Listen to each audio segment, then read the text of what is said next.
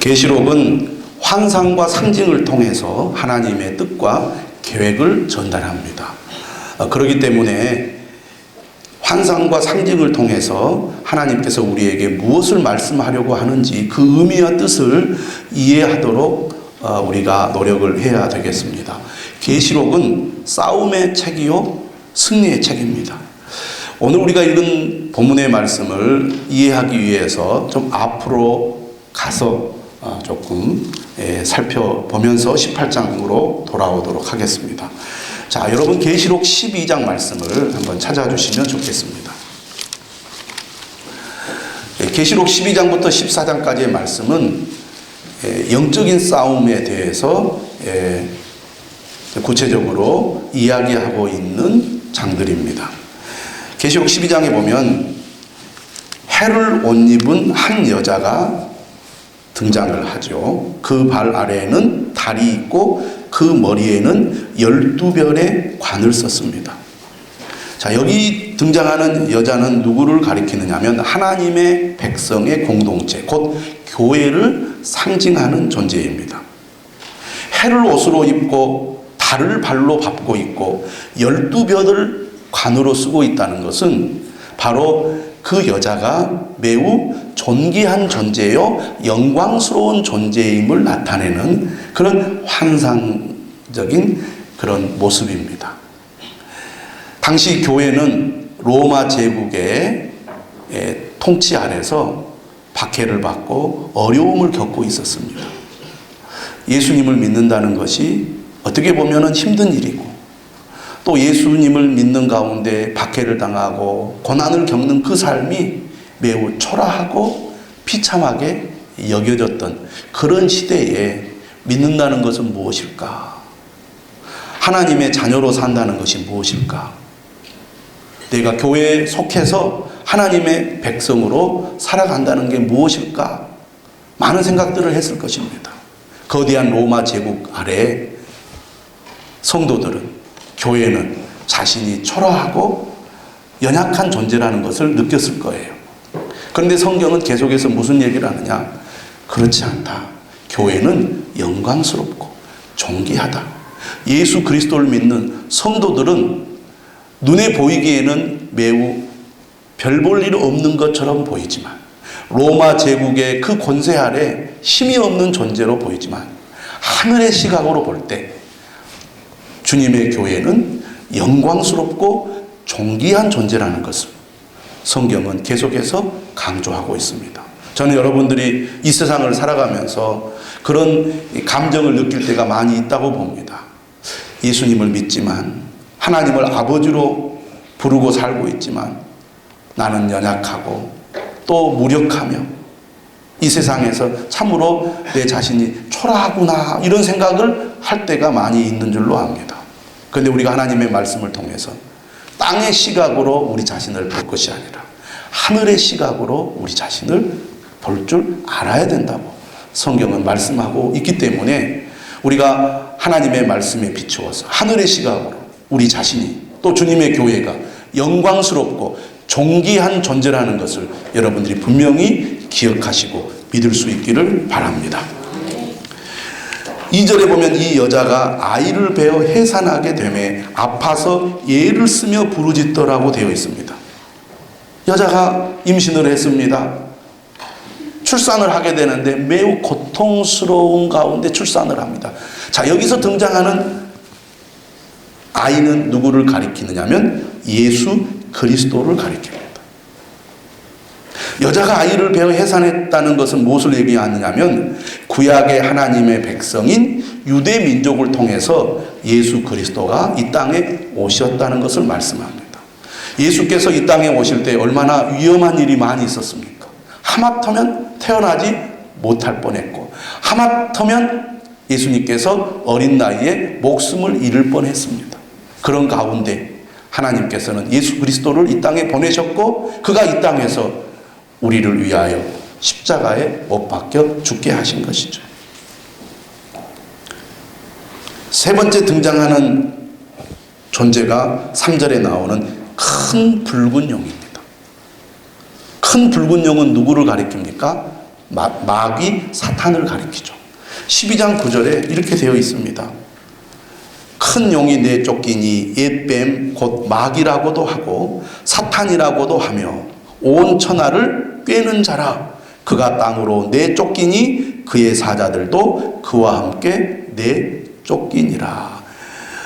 9절에 나오는 옛뱀은 창세기 3장에 등장하는 바로 그 뱀을 가리킵니다.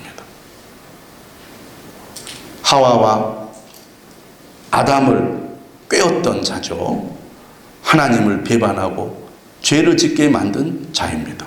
그가 곧 마귀요, 그리고 사탄이라고 합니다. 마귀는 이제 그 언어상으로 보면 헬라어고 사탄은 히브리어입니다. 마귀와 사탄은 둘 다 하나님의 대적자로서 같은 말이죠.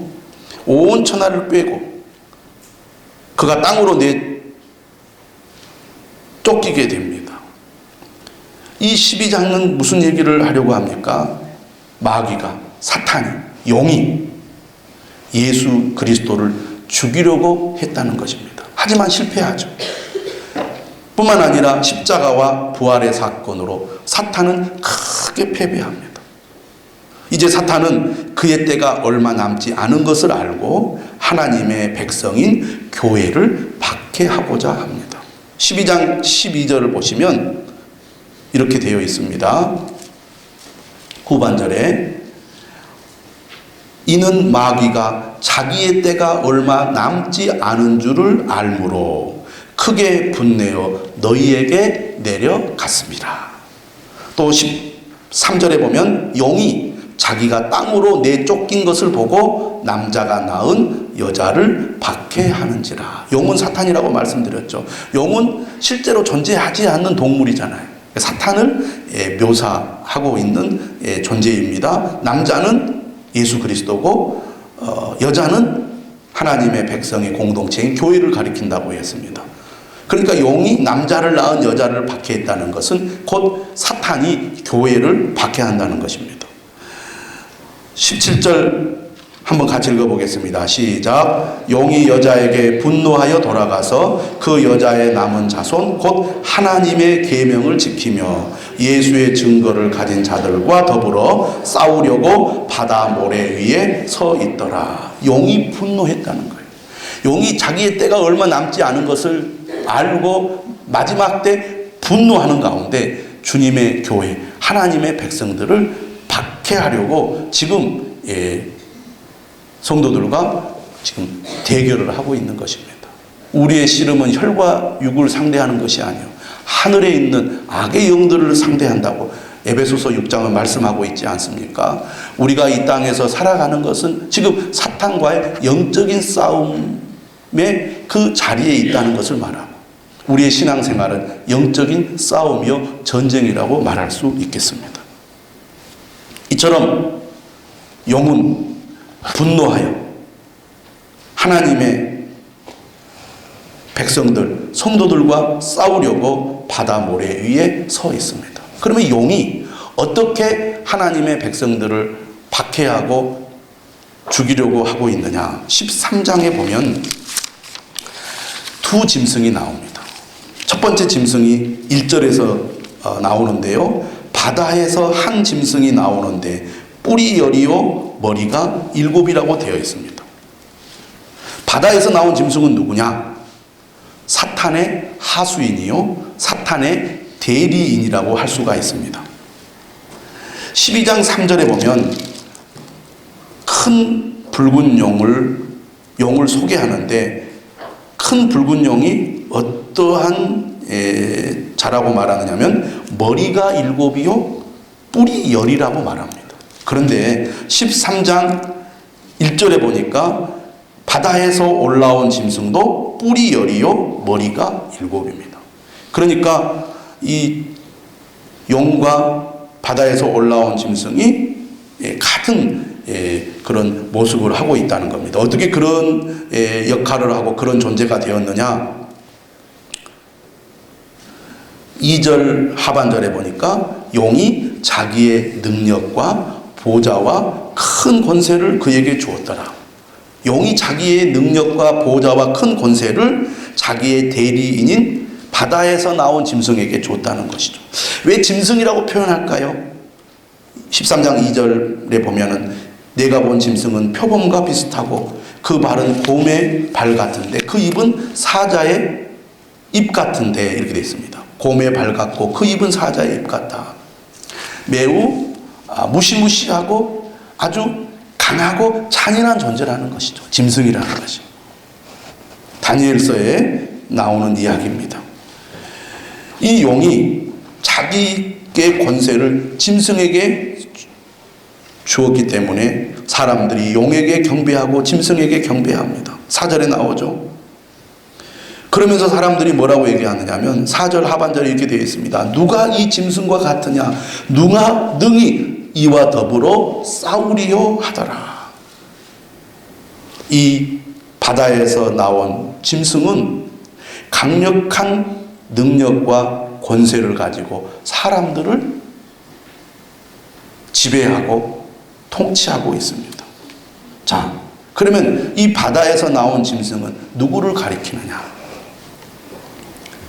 1세기 당시에 성도들은 이 본문을 통해서 바다에서 나온 짐승이 로마의 황제라고 생각을 했습니다. 로마의 황제, 하나님을 대적하는 세상의 권력자요 통치자인 로마의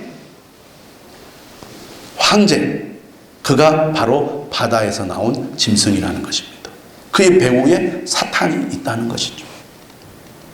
그래서 당시에 무엇이 있었습니까? 황제 숭배가 있었습니다. 로마 황제를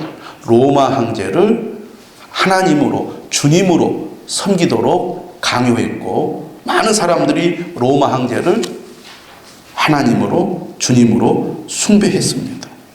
한마디로 말하면 적그리스도의 역할을 한 자가 바로 로마 황제였고 바다에서 나온 짐승이라고 할 수가 있습니다. 그래서 5절에 보면 또 짐승이 과장되고 신성 모독을 말하는 입을 받고 또 42달 동안 일할 권세를 받으니라. 과장된다는 말은 자신이 일반 백성들과 다른 존재요, 신적인 존재라는 것을 드러내기 위한 과장된 그런 행동이나 과장된 그런 제스처를 취했다는 얘기죠. 뿐만 아니라 신성 모독을 말하는 입을 받았다는 것은 내가 곧 주님이시다. 나를 믿어라. 나를 숭배하라. 이렇게 얘기했다는 것이죠. 마땅히 하나님이 받으셔야 될 예배와 경배를 자신이 가로채서 받는 것. 이게 신성모독입니다. 당시 그리스도인들이 박해를 받고 심지어 순교를 당하기까지 한 이유가 어디에 있습니까? 우리가 섬겨야 될 오직 유일한 주님은 로마 황제가 아니라 하나님 한 분뿐이십니다 라고 그들이 고백하고 믿었기 때문입니다. 황제 숭배를 거부했기 때문에 로마 시대에 그리스도인들이 박해를 받고 심지어 순교를 당하기까지 한 것이죠. 42달은 날짜로 말하면 1260일이고 한때, 두때, 반때를 가리킵니다. 다시 말하면 3년 6개월의 기간을 얘기하는 거죠. 여기서 말하는 42달 1260일, 한때, 두때, 반때는 하나님의 백성들이 박해를 받는 기간을 가리킵니다. 여기서 42달은 문자적으로 42달을 얘기하는 것이 아니라 제한된 기간 동안에 하나님의 백성들이 바다에서 나온 짐승으로 말미암아 박해를 받게 될 거라는 얘기입니다. 다시 말하면 성도들이 고난을 당하고 박해를 받고 그리고 순교를 당하는 그런 기간이 영원하지 않고 일시적인 기간에 그런 고통을 겪게 될 거라는 얘기입니다. 이처럼 6절에 보면 짐승이 입을 벌려 하나님을 향하여 비방하되 그의 이름과 그의 장막 곧 하늘에 사는 자들을 비방하더라. 바다에서 나온 짐승은 사탄의 하수인이요 대리인이면서 하나님을 대적하고 하나님을 비방하는 일을 합니다. 오늘날에도 이 세상의 권력을 가지고 있는 자들이 하나님을 대적하고 비방하게 되면 그 안에 있는 믿는 자들이 온갖 고통을 겪고 박해를 받게 되어 있습니다. 역사적으로 그러한 일들이 계속 있어 왔고 주님이 오실 그날이 가까울수록 이러한 일들이 더 심하게 일어날 거라는 얘기죠. 이러한 존재가 바로 바다에서 나온 짐승입니다. 용은 바다에서 나온 짐승을 통하여 하나님의 백성들을 박해하고 마지막 때 분노하여 성도들을 죽이려고 하는 것이죠. 그래서 10절에 뭐라고 얘기합니까? 사로잡힐 자는 사로잡혀갈 것이요 칼에 죽을 자는 마땅히 칼에 죽을 것이니 성도들의 인내와 믿음이 여기 있느니라. 왜 믿음의 사람들이 이렇게 고통을 겪느냐? 용이 자기의 때가 얼마 남지 않은 줄을 알고 크게 분내어 성도들을 죽이려고 하기 때문이다. 이 용의 하수인으로서 누가 지금 용을 대리하여 하나님의 백성들을 괴롭히느냐? 바로 바다에서 올라온 짐승이다. 그런 얘기죠. 두 번째 짐승은 바로 땅에서 올라온 짐승입니다. 11절에 보면 또 다른 짐승이 땅에서 올라오니 어린 양같이 두 뿔이 있고 용처럼 말을 하더라. 어린 양같이 두 뿔이 있다는 것은 그리스도를 흉내내고 있다는 것을 말합니다. 그런데 그의 말을 들어보면 사탄의 사악한 말을 내뱉고 있습니다. 12절 그가 먼저 나온 짐승의 모든 권세를 그 앞에서 행하고 땅과 땅에 사는 자들을 처음 짐승에게 경배하게 하니. 처음 짐승은 바다에서 나온 짐승이죠. 그러니까 둘째 짐승, 땅에서 올라온 짐승은 바다에서 나온 짐승을 경배하게 하는 자입니다. 13절에 보니까 큰 이적을 행하되 심지어 사람들 앞에서 불이 하늘로부터 땅에 내려오게 하고 짐승 앞에서 받은 바 이적을 행함으로 땅에 거하는 자들을 미혹하며 땅에 거하는 자들에게 이르기를 칼에 상하였다가 살아난 짐승을 위하여 우상을 만들라 하더라. 이 땅에서 올라온 짐승은 사람들을 미혹하는 자고 첫 번째 바다에서 올라온 짐승을 위하여 우상을 만들어서 그를 섬기도록 하는 일을 하는 자라고 말할 수가 있겠습니다. 그러면 땅에서 올라온 짐승은 무엇을 가리키느냐? 땅에서 올라온 짐승 16장 13절 한번 보시기 바랍니다. 16장 13절 16장 13절에 보면 이런 말씀 있죠. 내가 보매 개구리 같은 새 더러운 영이 용의 입과 짐승의 입과 거짓 선지자의 입에서 나오니. 용은 사탄 마귀입니다. 짐승은 바다에서 올라온 짐승이고 그리고 거짓 선지자는 땅에서 올라온 짐승을 가리킵니다. 그러니까 이 땅에서 올라온 짐승은 거짓 선지자예요. 사람들로 하여금 용을 경배하고 그리고 바다에서 올라온 짐승을 경배하게 하는 자죠. 자, 바다에서 올라온 짐승은 하나님을 대적하고 비방하는 통치자요 권력자라고 말씀을 드렸습니다. 이들을 섬기고 숭배하게 하는 자가 바로 땅에서 올라온 짐승입니다. 대표적으로 이단들이 바로 여기에 속한다고 할 수 있겠죠. 하나님을 바르게 믿지 못하고 잘못된 믿음을 갖도록 하는 것. 자들이 거짓 선지자들입니다. 뿐만 아니라 오늘 교회 안에 사람들로 하여금 하나님의 말씀을 온전히 바르게 믿지 못하도록 주장하는 많은 그런 가르침이나 사상들이 바로 거짓 선지자의 역할을 한다고 볼 수 있습니다. 꼭 우리가 주님을 열심히 믿어야 합니까? 하나님의 말씀을 그대로 믿어야 됩니까? 하나님을 최고로 하나님을 우리의 삶의 주인으로 모시고 살아야 됩니까? 꼭 그럴 필요 없습니다. 천국이 있습니까? 어디 있습니까? 이런 식으로 잘못된 이 가르침을 통해서 성도들을 하나님의 말씀을 온전히 믿고 따르지 못하도록 하는 이런 가치관과 사상을 퍼뜨리는 자들이 바로 이 거짓 선지자에 해당되는 사람들이고 바로 땅에서 올라온 짐승이라고 할 수가 있겠습니다.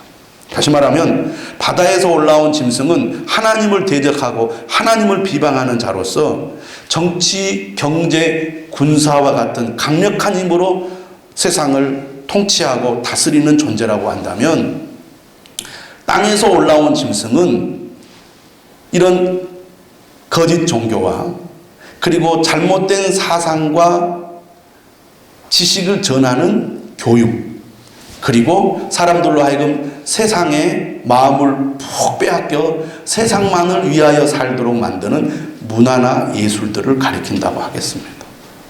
오늘 우리가 이 세상을 살아가면서 세상의 문화와 또 여러 가지 가치관들은 우리로 하여금 하나님을 멀리하고 하나님을 비방하고 하나님을 대적하는 그런 삶을 살아가도록 유도를 합니다. 이 세상이 최고야. 이 세상보다 더 좋은 것이 없어. 라고 가르칩니다. 그래서 하나님을 배반하도록 만드는 것이죠. 우리는 오늘 18장 말씀을 살펴보기 전에 17장 말씀을 잠깐 우리가 보도록 하겠습니다. 17장에 보면은 7 대접을 가진 7 천사 중 하나가 와서 요한에게 이렇게 말합니다. 이리로 오라.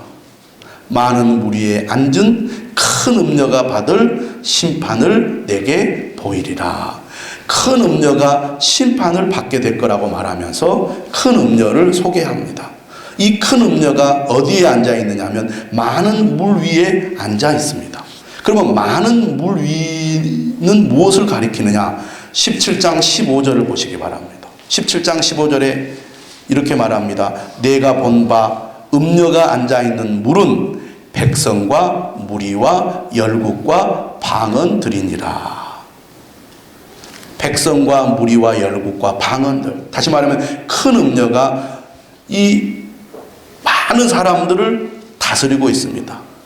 많은 백성들, 많은 나라들, 그리고 다양한 언어를 사용하고 있는 사람들을 다스리고 있는 존재가 바로 큰 음녀라고 말하고 있습니다. 그러면 이 큰 음녀는 누구냐? 18절에 보니까요, 또 이렇게 되어 있습니다. 내가 본 그 여자는 땅의 왕들을 다스리는 큰 성이라. 이렇게 소개합니다. 그리고 5절에 보니까 이 큰 음녀를 가리켜서 큰 바벨론이라. 이렇게 소개하고 있습니다. 그러니까 큰 음녀는 큰 바벨론을 가리킵니다. 바벨론은 고대 제국으로서 우상숭배를 했던 그런 제국입니다. 그러니까 여기서 말하는 음녀는 곧 바벨론을 가리키고 이 음녀 바벨론은 어떤 존재를 가리키느냐 하면 하나님을 부인하고 대적하는 세상을 가리킨다고 하겠습니다. 세상의 제국, 세상의 체제를 가리킨다고 할 수 있습니다. 그런데 이 많은 무리에 앉은 큰 음녀, 큰 바벨론은 왜 음녀라고 표현을 하고 있습니까? 2절에 이렇게 말합니다. 땅의 임금들도 그와 더불어 음행하였고 땅에 사는 자들도 그 음행에 포도주에 취하였다. 다시 말하면 왜 음녀라고 말을 하냐면 바벨론을 가리켜서 이 바벨론은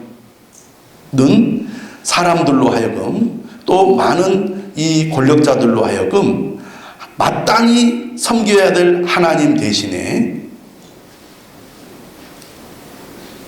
자신을 섬기도록, 다시 말하면 짐승을 섬기도록 그렇게 유도해서 사람들로 하여금 죄를 짓게 만든다는 것입니다. 근데 이 음녀 바벨론은 3절에 보니까 붉은빛 짐승을 타고 있습니다. 근데 이 붉은빛 짐승이 누구냐면 13장에 나오는 바다에서 올라온 짐승이에요. 그 내용을 보면 그 짐승의 몸에 하나님을 모독하는 이름들이 가득하고 7머리와 10뿔이 있다고 되어 있습니다.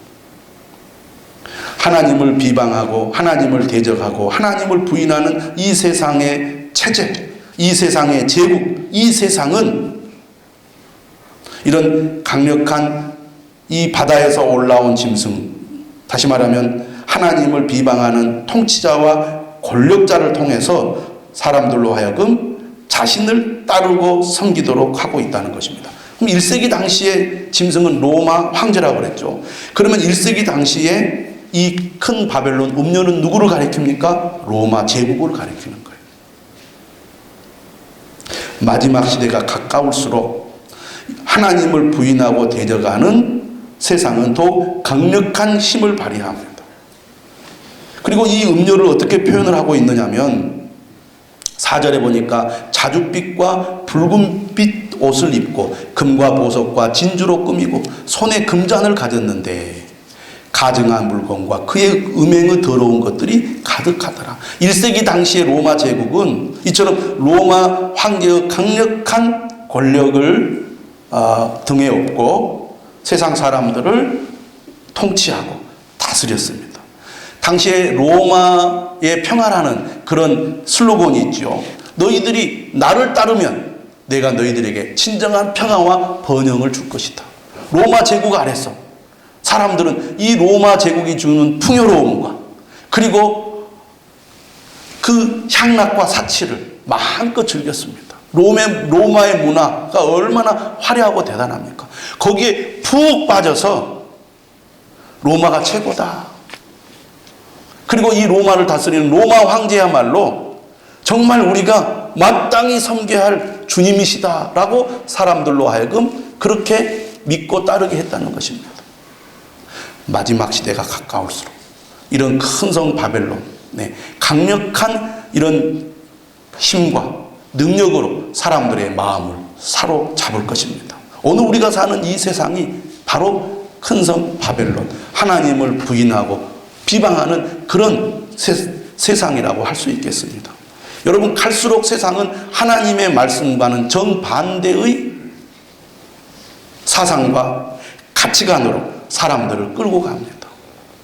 그런 속에서 성도들은 현혹되고 미혹을 받는 것이죠.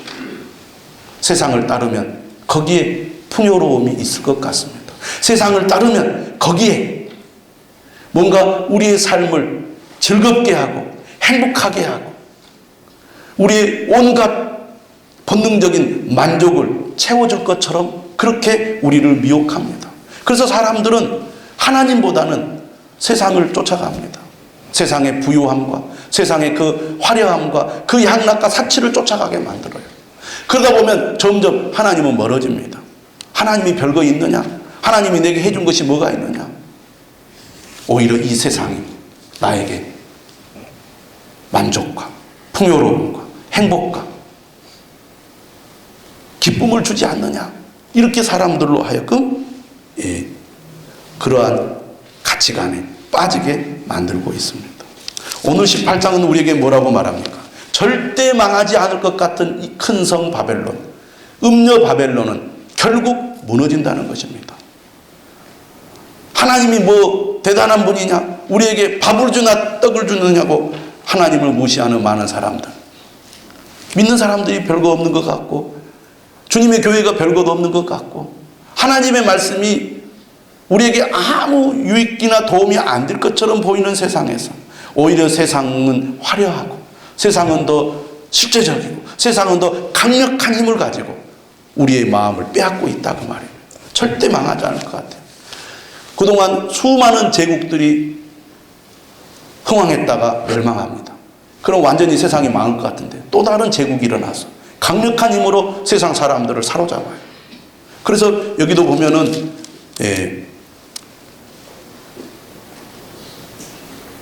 그런 표현을 하고 있는 거예요. 죽었다가 다시 살아나는 그런 존재로 짐승을 이렇게 묘사하고 있는 것을 보면 세상의 권세라는 것은 강력하고 절대 무너지지 않을 존재로 보입니다. 그러나 오늘 18장은 뭐라고 말합니까? 2절에 이렇게 말합니다. 무너졌도다 무너졌도다 큰 성 바벨론이요. 완전히 이루어진 것처럼 얘기를 합니다. 큰 성 바벨론은 반드시 무너진다는 것입니다. 망하게 된다는 것입니다. 그 속에 빠져서 쾌락과 풍요로움을 누린 사람들도 망하게 된다는 거예요. 그래서 3절에 말하죠. 그 음행의 진노의 포도주로 말미암아 만국이 무너졌으며 또 땅의 왕들이 그와 더불어 음행하였으며 땅의 상인들도 그 사치의 세력으로 치부하였도다. 이 바벨론 아래에서 풍요로움과 사치를 누렸던 사람들이 다 망하게 될 거라는 거예요. 그래서 18장 9절 이하의 말씀을 보면 이 바벨론의 이 통치 아래 부와 권력을 누렸던 사람들이 울며 가슴을 치고 통곡을 합니다. 화이또다 화이또다 큰 성 견고한 성 바벨론이요. 크고 견고하다는 거예요. 절대 무너지지 않을 것 같은 거대한 힘을 가지고 있는 이 큰 성 견고한 성 바벨론이요. 한 시간에 내 심판이 이르렀다. 무너지되 갑자기 무너질 거라는 것입니다. 두 부류의 사람들이 여기서 나옵니다. 9절 이하에서. 첫째는 권력자들이고 둘째는 부자들입니다. 큰 성 바벨론에 빠져서 그 힘으로 권력을 누렸던 사람들, 그 힘 아래에서 부를 누렸던 사람들, 그로 말미암아 하나님 없이 하나님을 부인하고 하나님을 대적하며 살았던 사람들이 갑자기 심판이 이르자 속수무책 그들이 망하게 된다는 것이 17장 18장의 말씀입니다. 오늘 주님께서는 우리에게 이렇게 말씀하십니다. 4절에 18장 4절에 이렇게 말하죠. 내 백성아 거기서 나와 그의 죄에 참여하지 말고 그가 받을 재앙들을 받지 말라. 그 속에 빠져서 함께 망하지 말고 거기에서 나오라는 것입니다. 그러면 우리가 이 땅에서 일도 하지 말고 돈도 벌지 말고 살지 말라는 거냐? 그게 아니죠. 바벨론의 가치관에 우리가 포로가 돼서는 안 된다는 것입니다.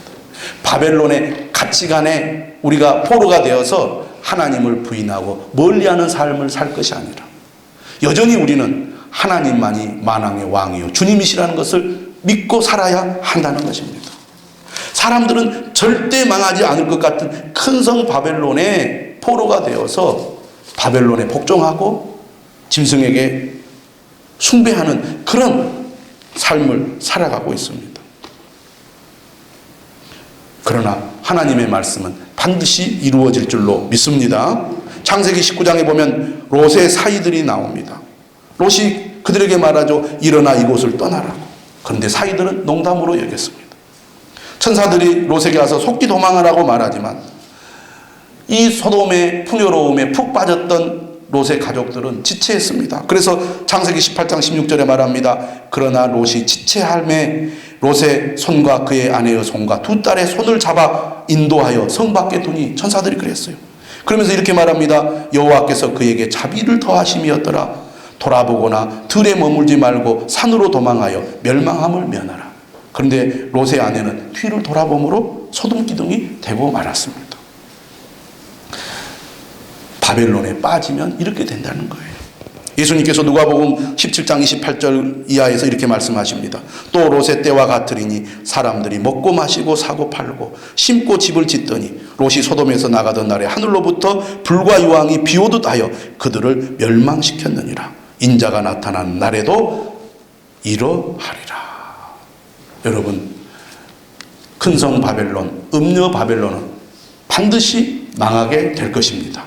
예수 그리스도와 그를 믿는 자들이 최후의 승리를 거두게 될 것을 분명히 아시기를 바랍니다. 그러므로 우리가 이 세상에 살지만 이 세상을 사랑하는 자가 아니라 이 세상에 살지 이 세상에 포로되어 사는 자가 아니라 하나님 나라의 가치관을 가지고 하나님의 말씀을 따라 하나님을 의지하는 삶을 살아야 될 줄로 믿습니다. 아무리 세상의 유혹이 크다 할지라도 우리가 그 유혹에 넘어가서는 안 될 것입니다. 우리 모두 주님의 말씀대로 바벨론의 그 가치관에서 벗어나서 하나님 나라 하나님 말씀의 가치관으로 살아가는 저와 여러분들이 되시기를 주님의 이름으로 축원합니다.